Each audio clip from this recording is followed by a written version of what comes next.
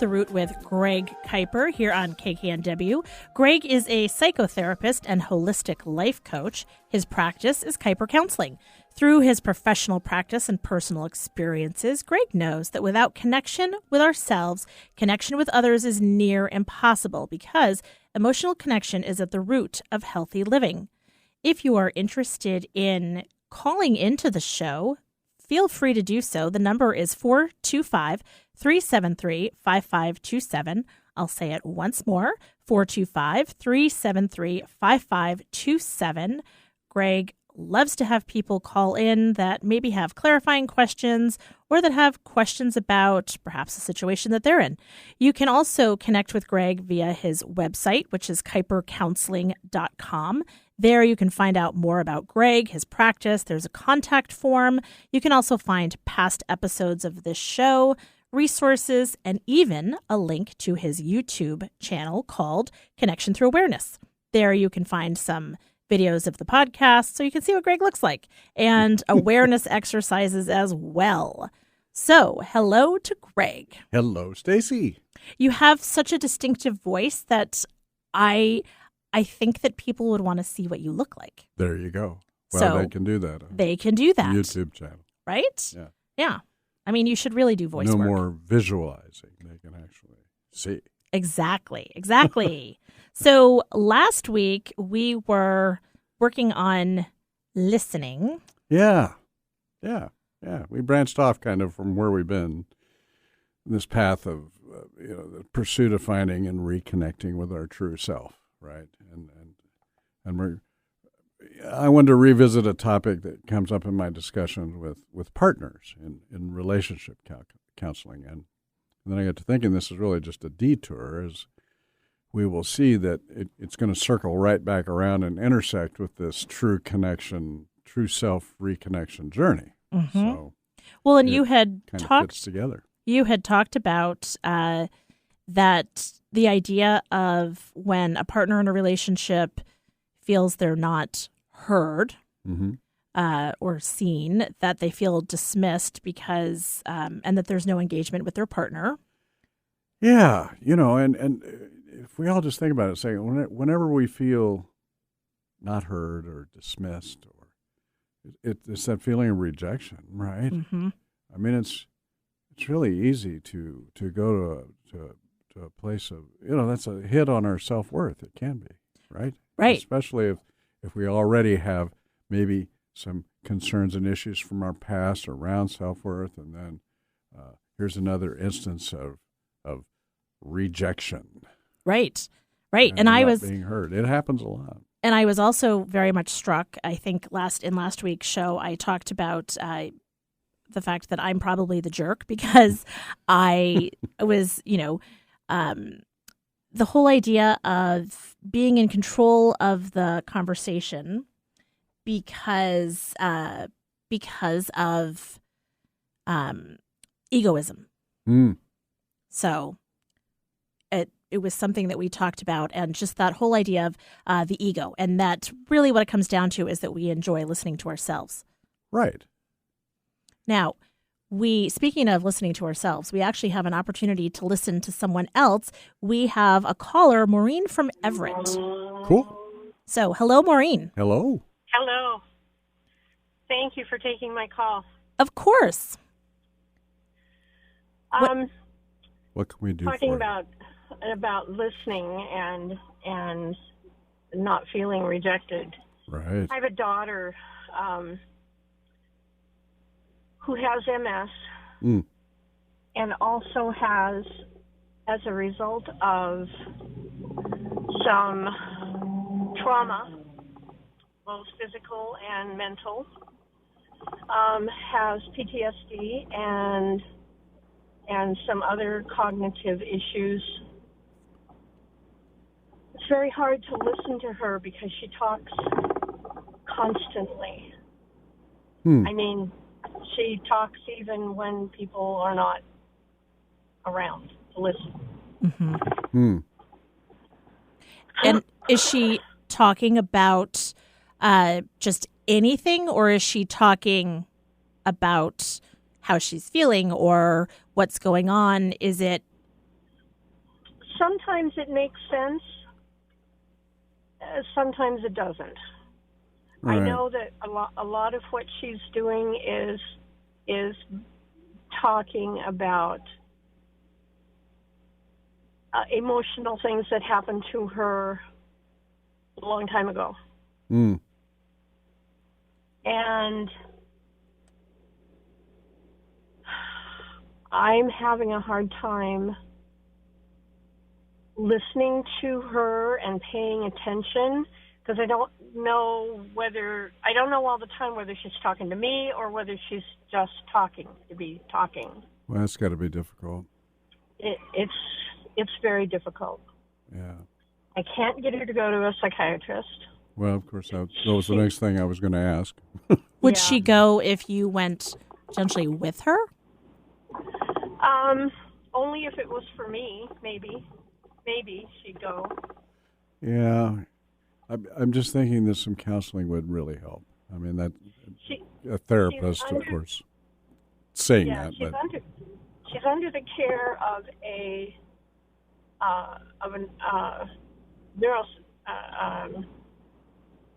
MS doctor. Sure. Right. Right. Neurologist. Neurologist. There we go. I couldn't think of it either. So she's under the care of a neurologist, and this neurologist has been asking her to go get psychiatric treatment for the last 2 years, 3 years. Well, by psychiatric treatment, do you mean medication, or do you mean just some mental health counseling, or both? Mental health. Yeah, mental health. Both. She's currently on duloxetine and quetiapine that were prescribed to her by the neurologist. Yeah, that's for her MS. Yeah. Correct. Yeah, I wonder if you could approach her from the standpoint, as Stacy mentioned, of let's go together. And well, I'm thinking, see if we can, you can do it that way. It's the trauma is so difficult to deal with. Yeah. I mean, Maureen, I think from a parental standpoint, almost that acknowledging that she clearly has a lot that she wants to talk about, and that you want to get some counseling in order to figure out the best way to be able to hear what she has to say. And then you're modeling that behavior, and she may not really understand what's involved, and there may be some fear there. So, and it seems to me, and Greg, obviously you're the expert here, and I just talk a lot, Maureen could probably use some support as well, even if her daughter chooses not to go. Yeah, how do you feel about that, Maureen? I mean, I have no problem with that. I have been looking for a support group, good for you. And they all got shut down during COVID, of course. So some of them haven't started back up again yet,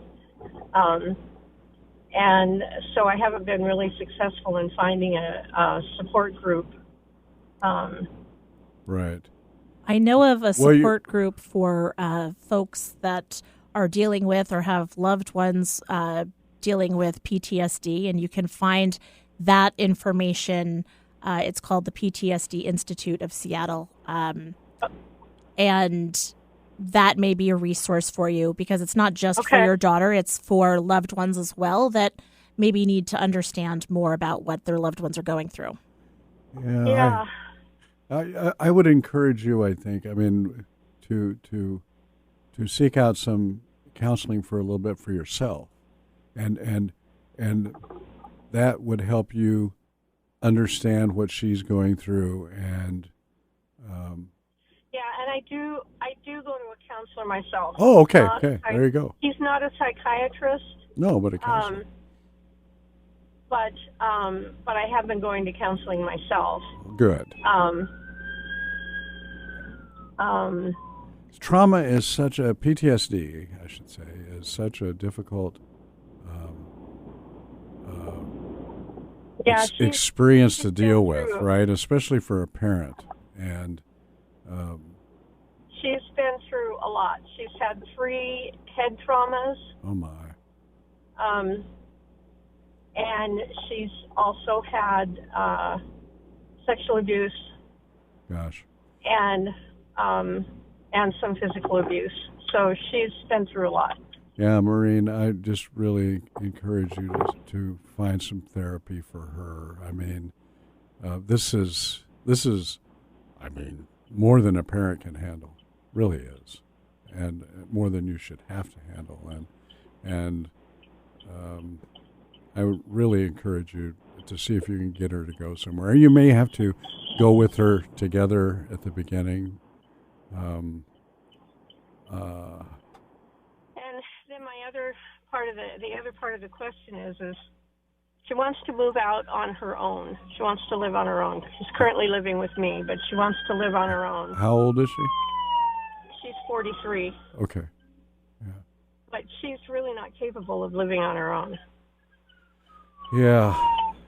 She's not capable of taking care of her finances, and her neurologist has stated such, but she doesn't think she's got a problem. She thinks she's okay. Right. And so it makes it very difficult to. I think this is another place where a counselor could really be of a benefit to have her start to work through some things and be an intermediary of sorts, and help her see that there's some things that she needs to work through, and that perhaps having the growth mindset piece that perhaps just not yet. There's some things that you need to do. I mean, not that I believe in bribing, and Greg, you can, again, you're the professional here. Bribing. If she wants to move out, then is a caveat of moving out getting help and undergoing care. Well, she's 43. I mean, she can essentially do what she wants, right? I mean, and I understand on your end, Maureen, how that is concerning, because it doesn't sound like she could do it on her own or function on her own, right? I'm sorry, say that. Oh, it doesn't sound like she could. She would have difficulty on her own, right? She would have difficulty on her own. Yes. Is that because of the MS or PTSD? Both, I'm guessing. Yeah. She's had the PTSD and of course the head trauma when she was 3 and 10 and 16. Goodness. So that's been an issue for a long time. The psychological and the cognitive issues she's having have been there for a long time. And I think the MS has too, but she just was recently diagnosed with it like 3 years ago. Yeah. With the MS. So well, I'm not a neurologist, but right. But MS is a autoimmune type condition, and that can be brought on. All autoimmune conditions are brought on by incredible stress and trauma and anxiety. Yeah, I agree. And so without addressing those other things professionally, with a professional, her MS treatment is at best, I'm guessing you're just going to maintain things, right? I mean, I'm hoping you can get her some professional mental health help. I do. Well, I think I will. I think I'll approach that. She just had a psychiatric evaluation done by at the MS clinic where we go. So she just had that done, and we get the results back on Wednesday. Well, that will tell you a lot right there. Mm-hmm. It will. That will tell you a lot. I mean, they're probably going to have a diagnosis in there for you, and hopefully that will help direct her too. I hope so. Well, and these are things, if she's ready to move on from it, then reminding her that the help and the talking about it can really help, even physical traumas and especially these emotional traumas. I mean, if I've learned nothing else from Greg, gently, carefully, and with guidance, peeling back the layers to address these things. And, for you as a mom, I'm thinking of also your well-being right now and making sure that, with the counselor that you see, that you're really talking about this and this frustration. It's very, very difficult, and making sure that you get the support and the care that you need, so that you are not too hard on yourself. And, you need to be kind to yourself. It's what Greg talks about, right? Yeah, I'm hoping you will, maybe you can approach it with her from a standpoint of, it might be difficult for you right now on your own, but let's get some advice, let's get some professional help and work through it so that you'll feel better about doing that, and we can get you on that road to being out on your own. Something like that. I don't know. You probably tried that already. Well, not exactly that approach, and so I appreciate that insight, because I hadn't thought about. Well, just a positive look at it. Hey, you want to be out by yourself? That could be doable. Let's. I understand why you want to do that. Let's look at what I need to do to find the right support to make that happen, right? So kind of a positive spin on it rather than you can't do that. You'll never be able to do that. I'm sure you don't say that, but yeah. I'm trying not to too negative, but thank you. I will do that. Yeah, thank you for calling in, and I wish you all the best on this. Some help for her, and continue your counseling also. I mean, absolutely. You need to be supported in this very much too. And you can always reach out to Greg through Kuiper Counseling. And then, as I had mentioned, in Seattle, there is the PTSD Institute. You can learn more about it at fcpsych.com. And, you can go into there and learn about the support group that's there. There's a lot of people out there. Be kind to yourself. Yes, do so. Thank you. All right. Thank you. I appreciate your insight. Thanks for calling in, Maureen. We really appreciate it. Yeah, thank you. Good luck to you. Bye-bye. Thanks. Bye-bye. That's so difficult. Yeah. And, it reminds me of the oxygen mask on yourself first, right? Yeah. Yeah. And, there's so many layers there. And right now. Well, finding the support that we need to get through these sometimes seemingly insurmountable things, right? Mm-hmm. Just looking and finding that support and allowing it to embrace us so that we can remain positive. Right. Right, because the changes happen through being positive. Right. Yeah. And you desperately want to listen, and yet that's a lot to take on yourself without help. Let's take a quick break, and then when we come back, we can see what direction that we're going to head into for today's show. Keep listening to At the Root with Greg Kuiper. We'll be right back.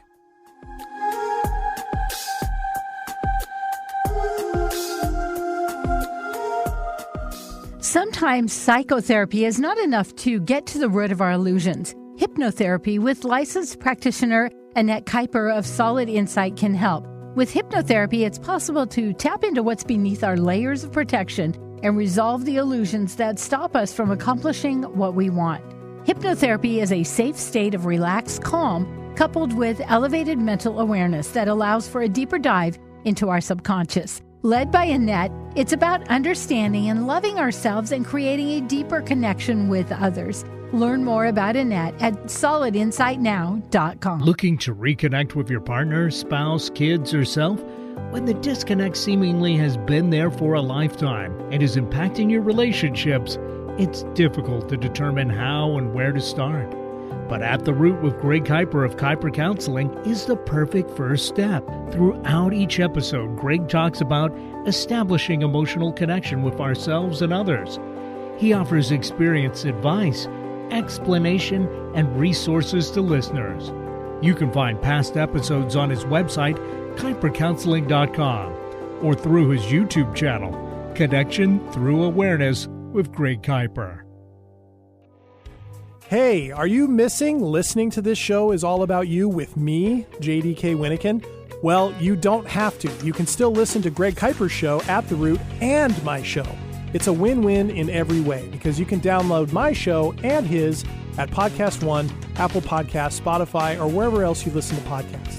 Don't miss a minute of either show and listen to them on your own schedule. So be aware out there that you can listen to both of us still. And isn't that comforting? Wondering what's on next on Alternative Talk 1150? Check out 1150kknw.com.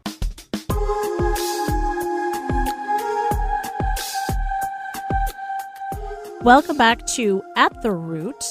So before we got a call from Maureen, which thank you again for the call, we were sort of reviewing what we were talking about last week and talking about in relationships, the listening piece and how sometimes one can feel dismissed and the other person, especially in a maybe a romantic relationship, sure, and the other feels like they can just do all the talking because of ego. Right.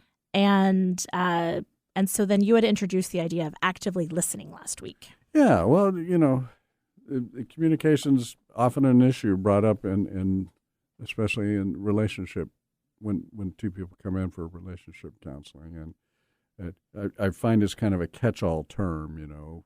We have problems with communication. And especially in these early phases of sessions, right? It's kind of a broad. Both partners can agree to that one, right? Mm-hmm. Without getting touchy, without getting too sensitive, right? And basically, communication can be described as, sharing information with another, right? But I believe it to be much more than that. And it's just not information being shared, it's energy being shared between individuals, right? If it's then information and energy that's being shared, that takes the sharing part into thoughts and feelings and memories and beliefs, right? So we've described these as, in the past, these things as personal experiences that we have in our mind at any moment. So in effect, when we communicate, we are sharing energy and information, or our experiences in our mind at any moment. Mm-hmm. I love the energy thing because, there are times when somebody doesn't want to share something, but that there's an energy that is off. Right. So. Yeah. So so we're sharing these experiences, and they're much more than just, the cold, hard facts of information. It is perception of the information at that moment, and it's colored with our feelings, our memories, and our beliefs, the experience. So we automatically interpret the information we have or that we receive using our unconscious past. We talked about this last week. And hopefully we can couple that with a conscious interpretation of the present moment as we share. Right.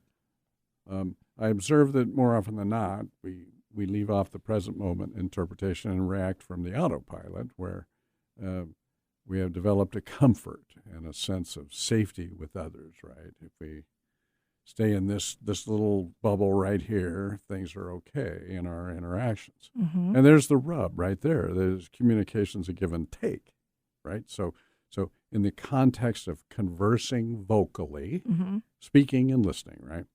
If we are listening from our unconscious patterning from the past, then we are not aware of the present moment and the context of the now. And I think that's what happens a lot in relationships. Well, in this, staying in our little safety bubble, and well, and I'm thinking about we've talked in the past about sort of, trigger points or whatever it is, right? Mm-hmm. So what is it in the now or the context of now that this came up? And so listening then not just to what's being said, and it can become white noise when somebody is saying the same thing over and over again. However, if we're present, then maybe we can translate like, why now? What triggered this? Why did this come up now? Right. We developed our, reactive responses to shield us from hearing and feeling emotional discomfort or pain. And this happens a lot. And we continue to use this filter of selective listening indiscriminately as it's an automatic response. So when I meet with a couple initially during the course of this first session with the couple, and they've said, we have a lack of communication, I can, with a little probing, generally find that, one partner believes they are not listened to mm-hmm. by the other. And this produces those feelings of dismissal and rejection coming from this disengagement. And as I mentioned earlier, this can be a major hit to self-worth. So if this selective listening is an automatic response that we are using as a coping mechanism, a defense against feeling emotional pain, typically arising from, some emotional trauma from past relationships, like ruptured attachment experienced from loved ones, or shame and humiliation from embarrassing experiences, or bullying. This reminds me of the radar that I talked about last week, right? That selective listening that you're talking about, where it's like, things are flying around on a regular basis, but something comes on your radar that it's that selective listening, like, oh, okay, here it is. And so with that blip on your radar screen, you go into that autopilot of how to respond to it. That's right. And then you're not hearing what's going on in the present moment. You're not listening to the present moment. And then comes that sense of dismissal or disengagement, rejection from your partner. And our partners can trigger this reactive response in us, right? Unbeknownst to them in many instances, right? They trigger it, we shut up, clam up, don't engage, or detach in some way from what they are sharing in order to protect ourselves from any potential unpleasant emotional encounter that's about to happen if we keep listening in the present moment. So one of the common methods of this detachment is fixing. I hear this all the time, right? We perceive what our partner is sharing with us as a problem they are having. And immediately, while they're talking to us, we are formulating solutions and options for their problem. Mm-hmm. And if they would just shut up, we could tell them how to fix it, and then we could all brush our hands of this problem and go on with the day, right? And when they don't stop, we interrupt then, forcing our solution upon them, and we all know where it goes from there, right? Mm-hmm. Just interrupted me in the criticism, the defensiveness, and here we go into a critical loop. And, if we had some awareness of our unconscious reaction, we would know in the present moment, we would know that no response is needed, or no response was even asked for a lot of the time, right? Our partner wasn't even looking for a fix, not even interested in a fix. They probably already thought of the fix that you're thinking of. They just want somebody their closest ally, their best friend, mm-hmm. to listen to what they have to say. Now, if what they're saying has some emotional content that triggers an emotional reaction or a coping mechanism, right? The emotional detachment in us because, ooh, I don't want to go there, right? Right. This is automatic. You're not thinking this. They just want to know that their friend and their ally can be there and feel what they are feeling with them. That's all they want. Many times. Just feel what I'm feeling with me, right? It sounds easy, but it's not for an emotionally avoidant partner at all. Oh, it's brutal because I can be that emotionally avoidant. Yeah. And I even think of my kids, a couple of them, when they have something that they want to rant about or whatever upset has gone on, they remind me of a balloon that you blow up and then you let it go and it's like, Yeah. and you have to just like let it go. It's kind of all over the place until it's out of air. Right. And it's really hard for me to just sit there in the moment and let them go until they're out of air. Right. It's very difficult. Well, and think of how many times it's the difficulty is because we don't want to feel that thing they're feeling because they're not happy. They're uncomfortable. They hurt. 100%. And we don't want to feel that. So if we can just smooth it over. And we don't want them to feel it. Everything's good. Yeah, and we don't want them to feel it either, right? Because we know that we don't like to feel it. And so we try to fix it. And it doesn't work. It is more than uncomfortable for the partner, right? This partner that's detaching. It is so foreign that this partner has no clue how to respond other than avoidance, right? Because they are unaware of their emotional expression or feelings. One partner wants a comforting listener. And the other partner is kind of lost in the unknown. I don't know how to do this. It's no wonder this doesn't work, right? This listening is showing what we talked about a few weeks ago, empathic concern. Caring about the well-being of others, being able to sense and care about what is going on for them. So this empathic concern then points us in the direction and inspires us to a compassionate feeling, right? And that's when we come into the feeling felt part. Mm-hmm.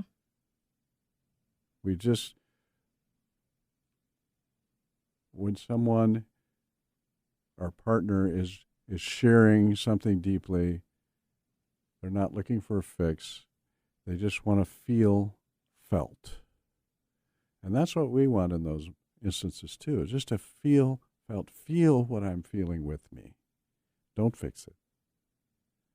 Don't tell me it's not all right or it's okay or don't tell me to stop crying, whatever. Just don't do anything. Just feel it with me, right? And there's skills and tools to help us learn how to do this better and be a better listener. We're going to talk about that in just a little bit, but for the emotional avoidant, like we're talking about now, these skills are only part of the process, right? Think about it. If what we are learning to listen to hurts because of past emotional trauma, we've got to figure out how to navigate that hurt too, or we can't listen. Right. Otherwise, we're not going to want to use these skills that we're going to talk about in a minute, regardless of how proficient we become at them, because this is kind of where we circle back to our journey of reconnection with our true self, right? From where we branched off here a couple weeks ago. The true self has all the secrets of the disconnection from emotional experience, right? That's where it is. It is the source of the knowing of emotional wounds to itself, which have occurred, and which we then have learned to deal with detachment, right? Right. It's like we're dancing on the edge, and when we're potentially listening to what other people say, then we're afraid that by association, we're going to get pushed over that edge. Yep, that's good. As we've discussed recently, the key to offering empathic concern and compassion to others in our lives is to offer empathic concern and compassion to our true self. So that starts the healing process of the emotional wounds that caused us to develop these defensive methods of emotional detachment that are now causing problems in our relationships. Mm-hmm. Right? So we're emotionally detached from ourselves. No wonder we're emotionally detached from others. Right. As the defensive methods that we're talking about are retired, we can use the listening skills more effectively and let them become the new programming we operate from. This depending on the depth of the wounding, this can be a process that takes some time, right, and effort.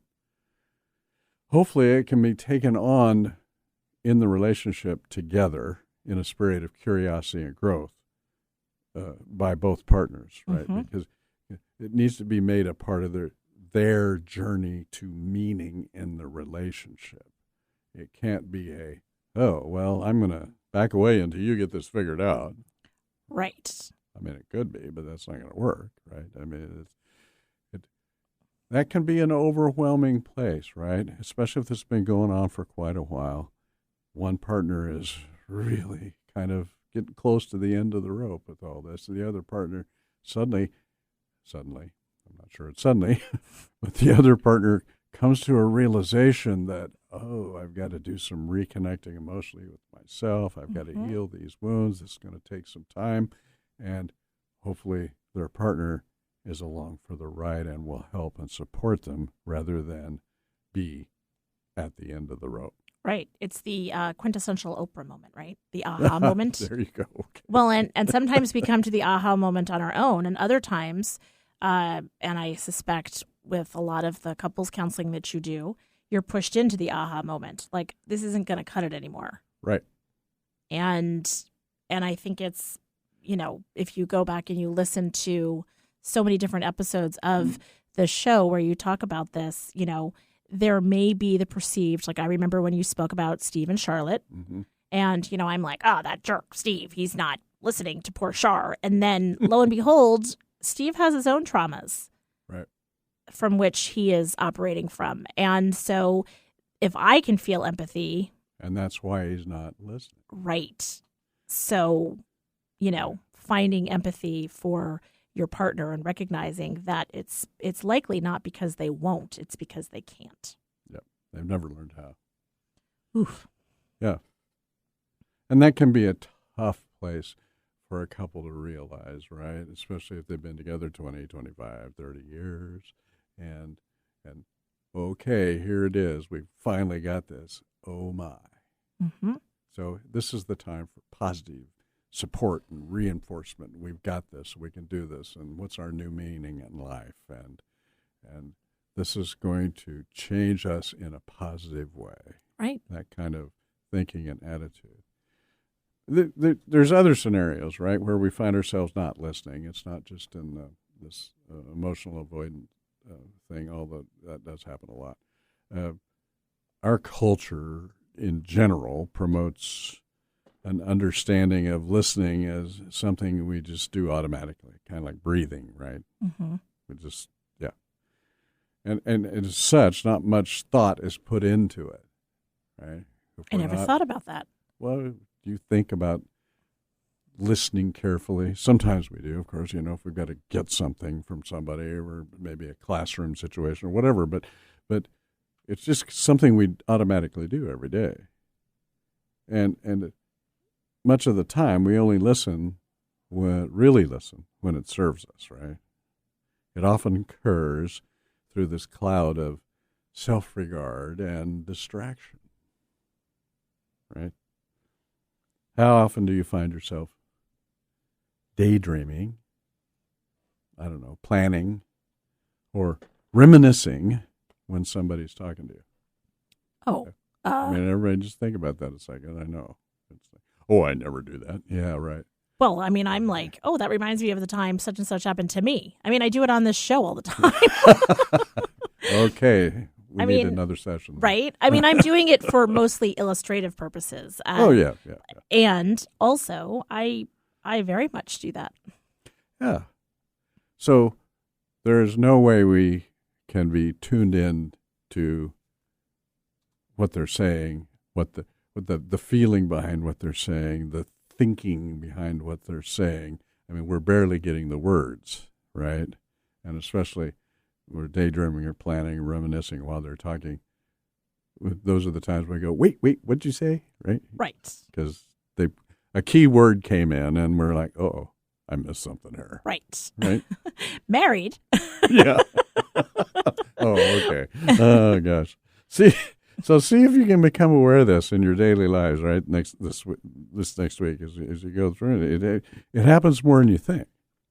And I think, well, I know, others know this when we're doing it intuitively. They know it. I mean, it's why as a child, when I was talking about something and my parents were only half listening, I used to suddenly announce when I was like 9, and I'm pregnant.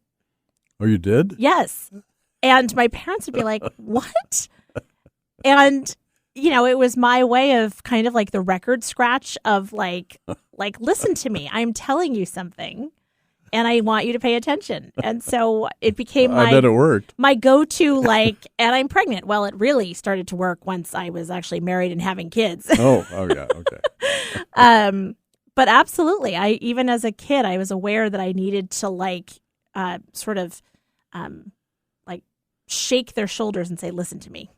Well, when we do this, right, we come across as not caring for the other person. And they interpret this as them not being important to us, right? So here's that feeling of the rejection or the disengagement, the dismissal. The result ends up being them learning to not open up or ask us for help or advice. I mean, the way that you might want to rely on them, they're not going to rely on us if they know that intuitively that we're not hearing them. Mm-hmm. And so this relationship becomes really one-sided, and those aren't going to last very long. Think of a time you were totally engaged conversing with someone and how it felt for you. I mean, you undoubtedly were immersed in what they were thinking and feeling. I mean, there's a higher vibration of energy there, right? There's an excitement of sharing these thoughts and feelings together. You feel totally connected. You're not alone. And I think this is a really deep feeling of belonging when you're connected like that.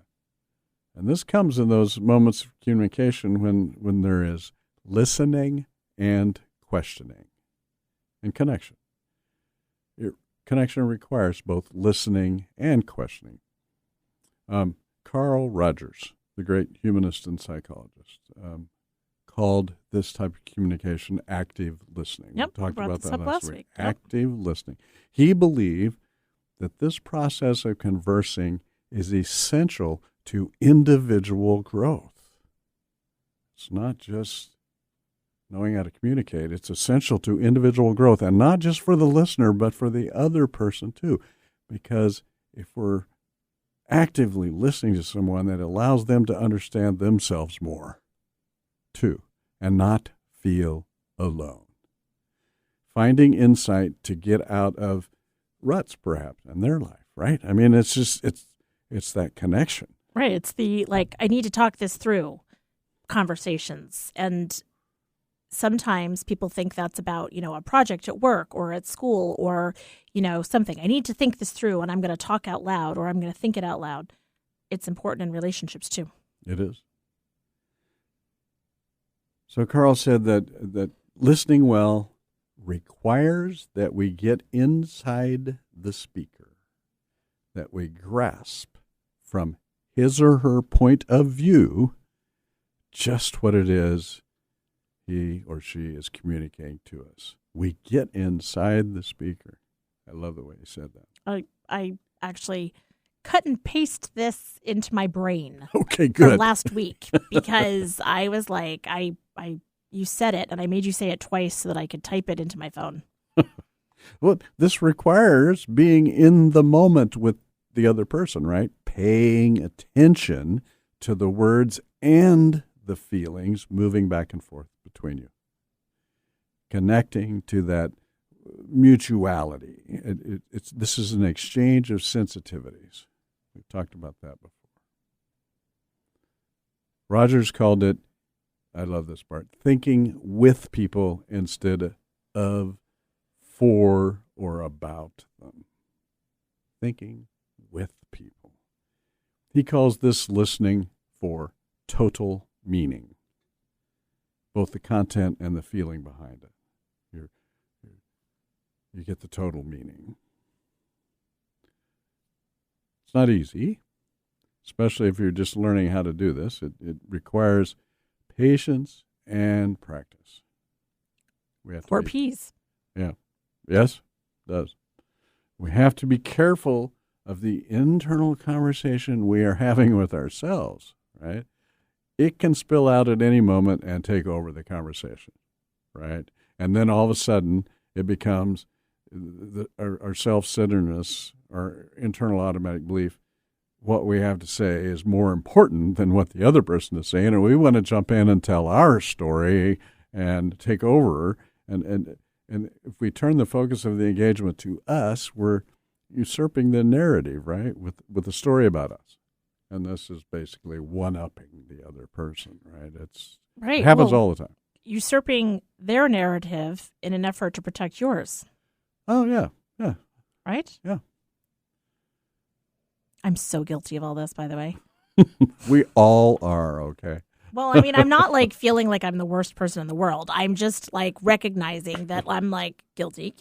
Well, and it's automatic, okay? We are automatically programmed to do this because we allowed that to happen to ourselves. We were part of the programming and, the trauma and whatever else in our past that formed our personality over time. All these experiences formed this in us. And then our culture kind of promotes it too. Mm-hmm. So, but there are skills you can practice with your partner to develop active listening, okay? It can start out being a little tedious, but with patience, it will become more natural, and then you'll find yourself using it with others in your daily life more on an automatic basis. It won't be so tedious. So first, it is important to be aware of your partner sharing with you, right? Answer the bid for connection. Ooh, someone is sharing something with me. Mm-hmm. Establish in your own mind, establish an intent of listening, right? This is crucial. I'm going to listen, right? The intention. This helps us to get, by the automatic responses that we're always used to. We get by them. We put them away, right? We have to have it. I'm going to listen. And if you can, we want to drop everything else we're doing and thinking, right? We got to shut off the chatter. And it really helps if we can, especially when first learning this, if we can look at our partner and, if possible, during the engagement, make total eye contact. That's a tough one for a lot of people, because part of this emotional avoidance can be eye contact. Sit down next to each other if you can, right? Make an initial effort to establish that what is about to happen is important. This is the sole focus, right? And as your partner shares with you, listen intently. Not just to the words, but what you think he or she might be thinking as they say it. What are the emotions coming from your partner? I mean, feel that sadness in their voice or their heart, right? Or the excitement. They're totally excited about something. Whatever's coming from your partner, see if you can feel that with them. Catch the eternal chatter that's going to pop in, right, and set it aside gently. This is the judgment part, right? You want to catch that. We don't want to judge what's happening. We just want to notice it, right? Yeah, I'm totally thinking about date night with Pete, and he's talking about something going on at work, and like we're not side boothing, but we're across from each other, holding eye contact. So I'm putting this into like a real life scenario, and then him talking about what's going on, and then instead of me getting into solve it mode, instead hear what he's talking about, right, and not be 3 steps ahead, like, well, you know what you should do. Yeah. Well, God, it's so hard though, isn't it? Oh, I mean, this is just many of us this is just an automatic thing that we do. Well, if you just, I don't know why you did that. Why didn't you do this? Or, let's just, Well, and making that mental list of like, oh, when he's done talking, I need to tell him this, this, and this. Yeah. And instead of holding those things aside, actually just letting them float away. Yeah. Our focus of attention is certainly not on what he's thinking or feeling. It's just, on how we can jump in. Right.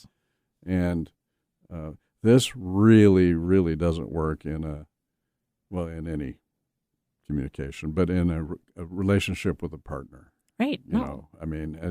If this goes on for 20, 25 years, it's just, there's a lot of hopelessness that can come up from that.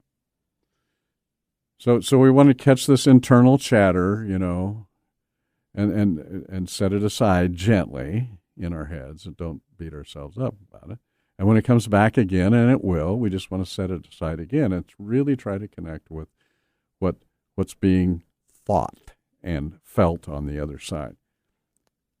We really don't want to say anything, right? Unless there's a specific question, I suppose. But be careful of offering opinions if they're not asked for, right? That's the fixing part.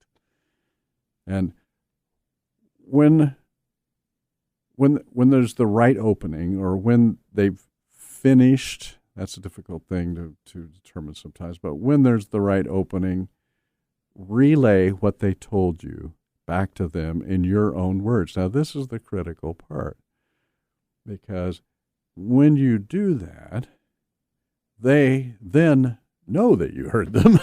Right. That's the connection piece. You can paraphrase. You don't have to say the exact words of what they said, but paraphrase it back to them. That's the validation part. We want to validate what they said. And the other part of the validation is some form of an emotional acknowledgement, right? Oh, that is so cool. Right. Or oh, honey, I'm so sorry. That must be so hard, right? That's I didn't fix it there. I just connected with, oh my gosh. Well, and that goes into the not just by paraphrasing and rephrasing back to them. That's the I was listening, and then there's the feeling felt. Feeling felt part feeling is heard. right there. Feeling that sadness or excitement or whatever it is, joy, whatever it is. Feeling that part and not having to fix it and not telling them, whatever you do, don't judge it. You can't. Don't feel that way. Don't feel that way, honey. It's okay. Oh, my God. Whatever you do, don't do that. Right? And we all do it. It's an automatic thing, right? Of course. It's like telling our children not to cry. Don't cry. Right. Yeah. Turns out that's not a great idea. No. So just connect in the knowing. No fixing. No judgment. No judgment. Just a sharing of the knowing. Allowing both of you to feel felt in that very moment, right? So that's what truly then thinking with them is versus for them, where you're solving it, Right. or about them, where you're making a judgment. There you go. Not for or not about, but just being there with them, right? I don't know how many times I've heard a partner and a couple just say, I just wanted somebody to listen to me. And